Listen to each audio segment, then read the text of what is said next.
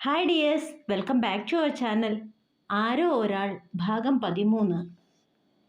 സായിയുടെ വാക്കുകൾ മെർലിനെ ഞെട്ടിപ്പിച്ചു കളഞ്ഞു. എങ്കിലും അവളെ എതിർക്കാനോ മറ്റെന്തെങ്കിലും പറയാനോ മെർലിൻ തയ്യാറായില്ല. സായിയുടെ വികാരങ്ങളെയും അവളുടെ സങ്കടങ്ങളെയും പൂർണ്ണമായും മനസ്സിലാക്കാൻ മെർലിന് സാധിക്കുമായിരുന്നു. കാരണം അതേ അവസ്ഥയിൽ കൂടെ തന്നെയാണ് അവളും കടന്നുപോയിക്കൊണ്ടിരുന്നത്. അതിനുശേഷവും ഒരുപാട് നേരം അവർ സംസാരിച്ചിരുന്നു. മുന്നോട്ടുള്ള സംസാരങ്ങളിലൊന്നും സച്ചുവോ അവൻ്റെ വിവാഹമോ കടന്നു വരാതിരിക്കാൻ മെർലിൻ ശ്രദ്ധിച്ചു. അവളുടെ കോളേജ് കാലഘട്ടത്തെ പറ്റിയും അവിടെ ഉണ്ടായിരുന്ന സൗഹൃദങ്ങളെ പറ്റിയും ഹോസ്പിറ്റലിൽ ചാർജ് എടുത്തതിനെ പറ്റിയുമൊക്കെ മെർലിൻ ഒരുപാട് പറഞ്ഞു. എന്താടോ, തനിക്ക് വിശേഷങ്ങളൊന്നുമില്ലേ? മോർച്ചറിയിലെ ശവങ്ങൾക്ക് വിശേഷങ്ങൾ ഉണ്ടാവില്ലല്ലോ.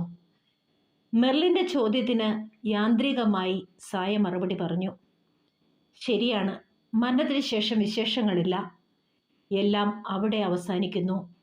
ആഡംബരങ്ങളും അഹങ്കാരങ്ങളുമെല്ലാം അവസാനിപ്പിച്ച് അവസാനമായി ഒരു യാത്ര. പിരിയുമ്പോഴും സായ മെർലിനെ കെട്ടിപ്പിടിച്ച് കരഞ്ഞു. ഡാ, നീ വിഷമിക്കേണ്ട.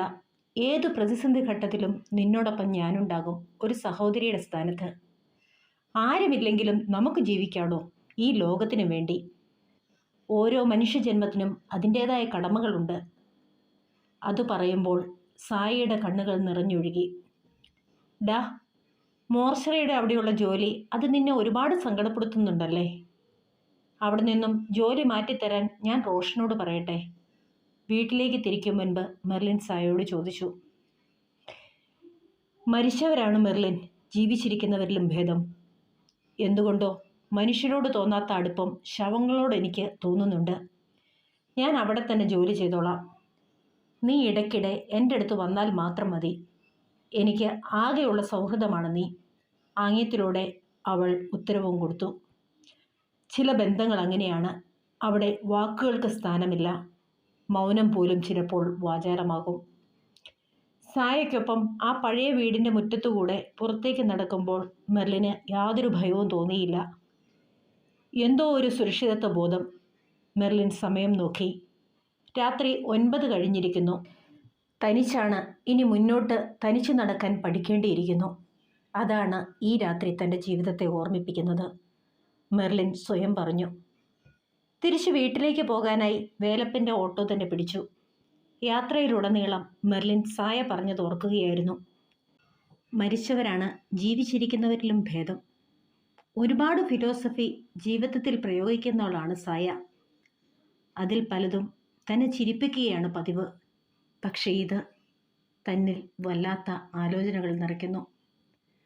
ഫിലോസഫിയാണെങ്കിലും അതിലെവിടെയൊക്കെയോ സത്യം ഒളിഞ്ഞിരിക്കുന്നത് പോലെ. ഒരുപക്ഷെ കടന്നുവന്ന ജീവിതത്തിൻ്റെ പൊള്ളുന്ന ചൂടായിരിക്കും അവളെക്കൊണ്ട് അത് പറയാൻ പ്രേരിപ്പിച്ചത്. വേലപ്പൻ എന്തൊക്കെയോ സംസാരിക്കുന്നുണ്ട്. പക്ഷേ മനസ്സ് ഒന്നിലും തങ്ങി നിൽക്കുന്നില്ല. എവിടെയോ എന്തൊക്കെയോ മാറി മറിയാൻ പോകുന്നത് പോലെ ഒരു തോന്നൽ. തലേ രാത്രിയുടെ ക്ഷീണം കൊണ്ടാണെന്ന് തോന്നുന്നു. മെർലിൻ തിരിച്ചു വീട്ടിലെത്തുമ്പോൾ 2 വീട്ടിലും എല്ലാവരും ഉറങ്ങിയിട്ടുണ്ടായിരുന്നു. താൻ സായയെ കാണാൻ പോകുന്ന കാര്യം റോഷൻ മമ്മിയോട് പറഞ്ഞിട്ടുണ്ടാകും.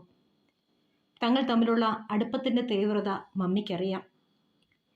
അതുകൊണ്ട് തന്നെ അങ്ങനെയുള്ള ദിവസങ്ങളിൽ ആരും താൻ എന്താണ് വൈകുന്നതെന്ന് അന്വേഷിക്കാറില്ല. ആരെയും ശല്യം ചെയ്യാതെ പതിവ് പോലെ പേര വഴി തന്നെ റൂമിലേക്ക് കയറി.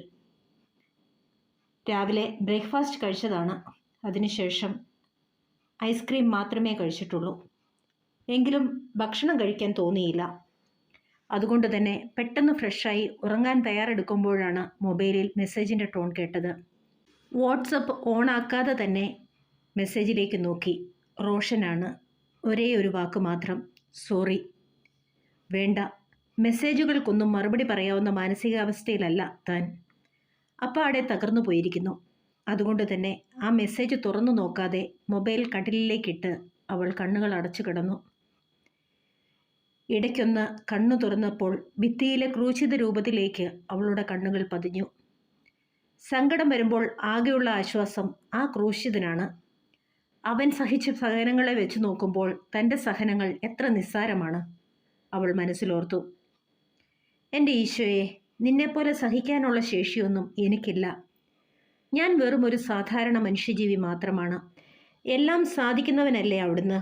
കഴിഞ്ഞുപോയ കാലങ്ങളെ ഒന്ന് മറക്കാൻ, മനസ്സിനെ ഒന്ന് പുതുതായി രൂപകൽപ്പന ചെയ്യാൻ നിനക്ക് സാധിക്കുമെങ്കിൽ എന്നെ ഒന്ന് സഹായിച്ചുകൂടെ? നിറഞ്ഞൊഴുകുന്ന കണ്ണീർ കണങ്ങൾക്കൊപ്പം ക്രൂശിത രൂപത്തിലേക്ക് നോക്കി അവൾ ഉറക്കെ ചോദിച്ചു. ജീവിതത്തിലെ ഏറ്റവും സങ്കടകരമായ ദിവസങ്ങളുടെ ഓർമ്മയിൽ നനഞ്ഞു കുതിർന്ന് പുലർച്ചെ എപ്പോഴോ മെർലിൻ ഉറക്കത്തിന് കീഴടങ്ങി. സച്ചു, ജാസ്മിനോട് എന്നെ ഒന്ന് വന്ന് കാണാൻ പറയണം. ഹോസ്പിറ്റലിലേക്ക് ഇറങ്ങും മുൻപ് വർഗീസ് മകനെ ഓർമ്മിപ്പിച്ചു. കുഞ്ഞ, ഡാഡി എന്തിനായിരിക്കും ജാസ്മിനെ കാണണമെന്ന് പറയുന്നത്? ഇനിയിപ്പോൾ ഡാഡിക്ക് ഞങ്ങളുടെ കാര്യത്തിൽ എന്തെങ്കിലും എതിർപ്പ്? സച്ചു തൻ്റെ ആശങ്ക റോഷനുമായി പങ്കുവച്ചു. ഡോൺ വറി മാൻ, വിവാഹത്തിൻ്റെ എന്തെങ്കിലും കാര്യത്തെപ്പറ്റി ചോദിക്കാനോ പറയാനോ ആകും. റോഷൻ ജ്യേഷ്ഠനെ ആശ്വസിപ്പിച്ചു. ജാമി, ഡാഡിക്ക് നിന്നെ ഒന്ന് കാണണമെന്ന് പറഞ്ഞു. പെട്ടെന്ന് പോയിട്ട് വാ, എനിക്കെന്തോ വല്ലാത്തൊരു ടെൻഷൻ. OPയിലെത്തിയ ഉടനെ സച്ചു ജാസ്മിനോട് പറഞ്ഞു. അത് കേട്ടപ്പോൾ തന്നെ ജാസ്മിൻ്റെ മുഖത്ത് എന്തെന്നില്ലാത്ത പേടി നിറഞ്ഞു. എന്താടോ, എന്തു പറ്റി? ജാസ്മിനെ ചേർത്ത് പിടിച്ചുകൊണ്ട് സച്ചു ചോദിച്ചു. സച്ചു, എനിക്കെന്തോ വല്ലാത്തൊരു ഭയം പോലെ. ഒരുപക്ഷെ നിന്റെ ഡാഡി ഈ വിവാഹത്തിന് സമ്മതിച്ചില്ലെങ്കിൽ. ജാസ്മിൻ വിളറിയ മുഖത്തോടെ മറുപടിക്ക് വേണ്ടി സച്ചുവിനെ നോക്കി. ജാമി, താൻ പേടിക്കേണ്ട. എന്തൊക്കെ സംഭവിച്ചാലും ഈ സച്ചു മറ്റൊരു വിവാഹം കഴിക്കുന്ന പ്രശ്നം ഉദിക്കുന്നില്ല. ആരെങ്കിലും എൻ്റെ ഇഷ്ടത്തിനെതിരെ നിന്നാൽ എൻ്റെ ജീവിതത്തിൽ ഇനിയൊരു പെണ്ണുണ്ടാകില്ല എന്ന് എല്ലാവർക്കും അറിയാം. അതുകൊണ്ട് താൻ ധൈര്യമായിട്ട് പോയിട്ട് വാ. ജാസ്മിനെ ചേർത്ത് പിടിച്ച് അവളുടെ നെറുകയിൽ ചുംബിച്ചുകൊണ്ട് സച്ചു പറഞ്ഞു. സച്ചു പകർന്നു കൊടുത്ത ആത്മവിശ്വാസത്തോടെ ജാസ്മിൻ ഡോക്ടർ വർഗീസിൻ്റെ ക്യാബിനിലേക്ക് നടന്നു. May coming sir? ആശങ്കയോടെ അത് ചോദിച്ചുകൊണ്ട് അവൾ വർഗീസിൻ്റെ മറുപടിക്ക് വേണ്ടി കാത്തു. വരൂ. അകത്തുനിന്ന് വർഗീസിൻ്റെ ഗംഭീരമായ ശബ്ദം ഉയർന്നു കേട്ടപ്പോൾ ജാസ്മിൻ ഭയത്തോടെ ആ മുറിയിലേക്ക് നടന്നു. മോളായിരുന്നോ? ഞാനോർത്തു പുറത്തുനിന്ന് ആരോ ആണെന്ന്. വാ, ഇരിക്കെ. ഇനിയിപ്പോൾ ഈ സാർ വിളി അത് വേണ്ട കേട്ടോ. സച്ചു എന്നെ ഡാഡി എന്നാ വിളിക്കുന്നത്. മോൾക്ക് വേണമെങ്കിൽ അങ്ങനെ തന്നെ വിളിക്കാം. അതല്ലെങ്കിൽ അച്ഛനെന്നോ പപ്പയെന്നോ എന്താണോ മോൾക്ക് കംഫർട്ടബിൾ അത് വിളിച്ചോളൂ. സീറ്റിൽ നിന്ന് എഴുന്നേറ്റ് ജാസ്മിനെ ചേർത്ത് നിർത്തിക്കൊണ്ട് വർഗീസ് പറഞ്ഞു. അദ്ദേഹത്തിൻ്റെ ആ പ്രവൃത്തി അവളെ വല്ലാതെ അത്ഭുതപ്പെടുത്തി. സച്ചുവിനോടുള്ള സ്നേഹം കൊണ്ട് ഒരുപക്ഷെ എല്ലാവരും തങ്ങളുടെ വിവാഹത്തെ അംഗീകരിച്ചാലും അത്ര പെട്ടെന്നൊന്നും തന്നെ ആ കുടുംബത്തിലെ ഒരു അംഗമായി അവർ അംഗീകരിക്കാനുള്ള സാധ്യത ഇല്ലെന്നായിരുന്നു താൻ കരുതിയത്. പക്ഷേ വിവാഹത്തിന് മുൻപ് തന്നെ ഒരു മകളോടുള്ള സ്നേഹത്തിൻ്റെ പൂർണ്ണത ഈ മനുഷ്യൻ തന്നോട് കാണിക്കുന്നു. അവളുടെ മുഖം പ്രസന്നമായി. കാർമേഘങ്ങൾ നിറഞ്ഞു നിന്ന അവളുടെ മുഖത്ത് മഴവില്ലിൻ്റെ 7 വർണ്ണങ്ങൾ തെളിഞ്ഞു. ഡാഡി കാണാൻ പറഞ്ഞു എന്ന് സച്ചുവേട്ടൻ പറഞ്ഞു. ആ മോളെ, എനിക്ക് പ്രധാനപ്പെട്ട ഒരു കാര്യം പറയാനുണ്ട്. നാളെ ഞങ്ങളുടെ കുടുംബത്തിൻ്റെ മരുമകളാണ് നീ. അതായത് ഡാഡിയുടെയും മമ്മിയുടെയും മകൾ, മാളിയേക്കൽ തറവാടിൻ്റെ അവകാശികളിൽ ഒരാൾ. ഏതൊരു ജോലിക്കും അതിൻ്റേതായ മഹിമയുണ്ടെന്ന് എനിക്കറിയാം. എങ്കിലും എൻ്റെ മകൾക്ക് ആ ആശുപത്രിയിലെ ഒരു സാധാരണ ജോലിക്കാരുടെ സ്ഥാനം പോരാ. അതുകൊണ്ട് ഡാഡി ഒരു സജഷൻ പറയട്ടെ. അദ്ദേഹം ചോദ്യരൂപത്തിൽ അവളെ നോക്കി.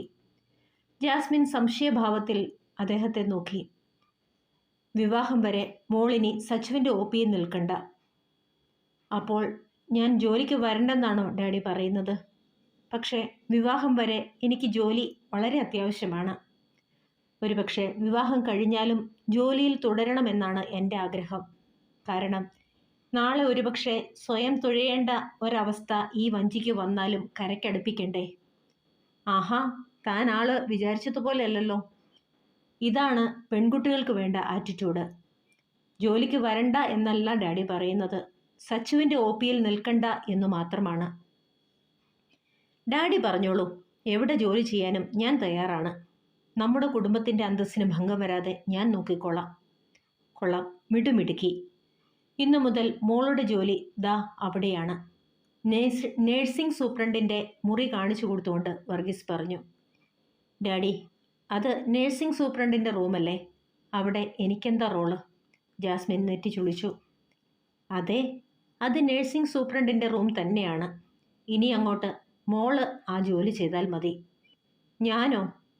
ഡാഡി, നഴ്സിംഗ് സൂപ്രണ്ട് എന്നൊക്കെ പറയുന്നത് ഒരുപാട് ക്വാളിഫിക്കേഷൻ വേണ്ട ജോലിയല്ലേ?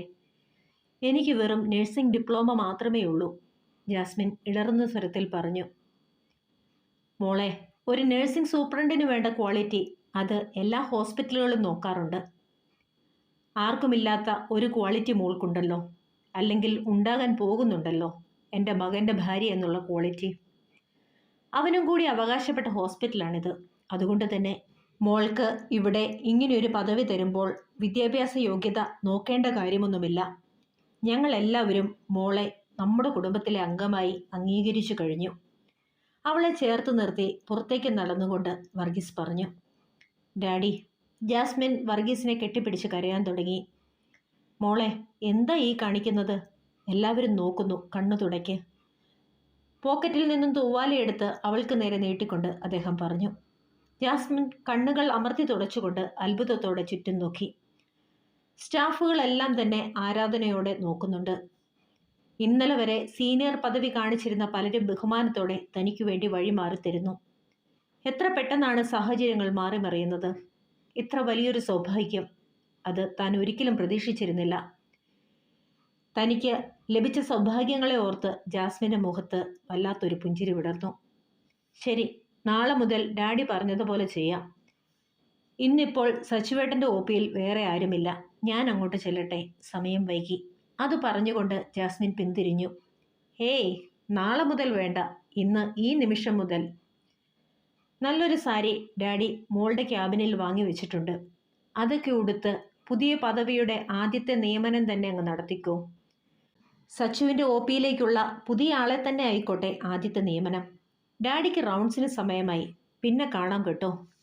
പുഞ്ചിരിയോടെ അത് പറഞ്ഞുകൊണ്ട് വർഗീസ് തിരക്കുകളിലേക്ക് നടന്നു. ജാസ്മിൻ സന്തോഷത്തോടെ ആ മുറിയിലേക്ക് നടന്നു. തനിക്കായി അവിടെ എല്ലാം ഒരുക്കപ്പെട്ടിരിക്കുന്നു. എത്ര പെട്ടെന്നാണ് ഈ കുടുംബത്തിൽ കാര്യങ്ങൾ തീരുമാനിക്കപ്പെടുന്നത്! ഇന്നലെ വരെ നഴ്സിംഗ് സൂപ്രണ്ടായിരുന്ന സ്ത്രീയെ കാണാൻ പോലുമില്ല. ഒരുപക്ഷെ ഇവരുടെ തന്നെ വേറെ ഏതെങ്കിലും ഹോസ്പിറ്റലിലേക്ക് അവരെ മാറ്റിയിരിക്കും. പുതിയ പദവിക്ക് വേണ്ടി വസ്ത്രങ്ങൾ ചേഞ്ച് ചെയ്ത് നെയിം ബോർഡ് ചാർത്തുമ്പോൾ ജാസ്മിൻ ഓർത്തു. സച്ചുവിൻ്റെ ഒപിയിലേക്ക് ആര്? ഡ്രസ്സ് മാറി പുറത്തേക്ക് നടക്കാൻ തുടങ്ങുമ്പോൾ ജാസ്മിൻ ആലോചിച്ചത് അതായിരുന്നു. പുതിയ വേഷത്തിൽ തന്നെ കണ്ട പല സ്റ്റാഫുകളും അത്ഭുതത്തോടെ അതിലേറെ സന്തോഷത്തോടെ നോക്കുന്നത് കണ്ടപ്പോൾ ജാസ്മിന് തന്നെപ്പറ്റി അഭിമാനം തോന്നി. ആദ്യം സച്ചുവിനോട് നന്ദി പറയണം, അതിനുശേഷം എല്ലാവരെയും ഒന്ന് കാണണം. മനസ്സിൽ വിചാരിച്ചുകൊണ്ട് അവൾ സച്ചുവിൻ്റെ ഒപിയിലേക്ക് ചെന്നു. വാവ്, എന്താ ഞാൻ ഈ കാണുന്നത്? ഇതിനാണോ ഡാഡി വിളിപ്പിച്ചത്? തൻ്റെ മുൻപിൽ പുതിയ വേഷത്തിലും ഭാവത്തിലും നിൽക്കുന്ന തൻ്റെ ഭാവി വധുവിനെ കണ്ടപ്പോൾ സച്ചു അത്ഭുതത്തോടെ ചോദിച്ചു. ജാസ്മിൻ വല്ലാത്തൊരു ഭാവത്തോടെ സച്ചുവിൻ്റെ അടുത്തേക്ക് ചെന്ന് അവൻ്റെ കഴുത്തിൽ കൈകളിട്ട് കവിളിൽ ഉമ്മ വെച്ചു. സച്ചു ആ കൈകളിൽ പിടിച്ച് അവളെ തൻ്റെ മടിയിലേക്ക് ഇരുത്തി. അവളുടെ മുഖം കൈകളിൽ കോരിയെടുത്ത് ആ കണ്ണുകളിലേക്ക് നോക്കി. അവൻ്റെ ഉള്ളിൽ അതുവരെ അടക്കി പിടിച്ച വികാരങ്ങളെല്ലാം ഒരുപോലെ പുറത്തേക്ക് വരുന്നത് പോലെ തോന്നി. അവളെ സ്വന്തമാക്കാനുള്ള അടങ്ങാത്ത ആവേശത്തോടെ സച്ചുവിൻ്റെ ചുണ്ടുകൾ ജാസ്മിൻ്റെ മനോഹരമായ ചുണ്ടുകളെ സമീപിച്ചു. പെട്ടെന്ന് ആരോ വാതിലിൽ മുട്ടുന്ന ശബ്ദത്തിനൊപ്പം ആ വാതിൽ തുറന്നു വന്നു. സച്ചു ഞെട്ടലോടെ ജാസ്മിനിൽ നിന്നും അടർന്നു മാറാനായി ശ്രമിച്ചു. പക്ഷേ അപ്പോഴേക്കും ജാസ്മിൻ അവൻ്റെ ചുണ്ടുകളെ തൻ്റേതാക്കി കഴിഞ്ഞിരുന്നു. എന്തോ കാര്യം ചോദിക്കാനായി വന്ന സായയായിരുന്നു അത്. കൺമുമ്പിൽ താൻ കണ്ട കാഴ്ച സായയ്ക്ക് തൻ്റെ നിയന്ത്രണങ്ങളെല്ലാം നഷ്ടപ്പെടുന്നത് പോലെ തോന്നി. അവൾ വല്ലാത്ത ദേഷ്യത്തോടെ മുഷ്ടി ചുരുട്ടി ചുമരിൽ ആഞ്ഞിടിച്ചു. ആ ഇടിയുടെ ശക്തിയിൽ അവളുടെ കൈകൾ മുറിഞ്ഞ് ചോര വാർന്നൊഴുകുന്നത് ശ്രദ്ധിക്കുക പോലും ചെയ്യാതെ അവൾ വാതിൽ വലിച്ചടച്ച് തിരിഞ്ഞു നടന്നു.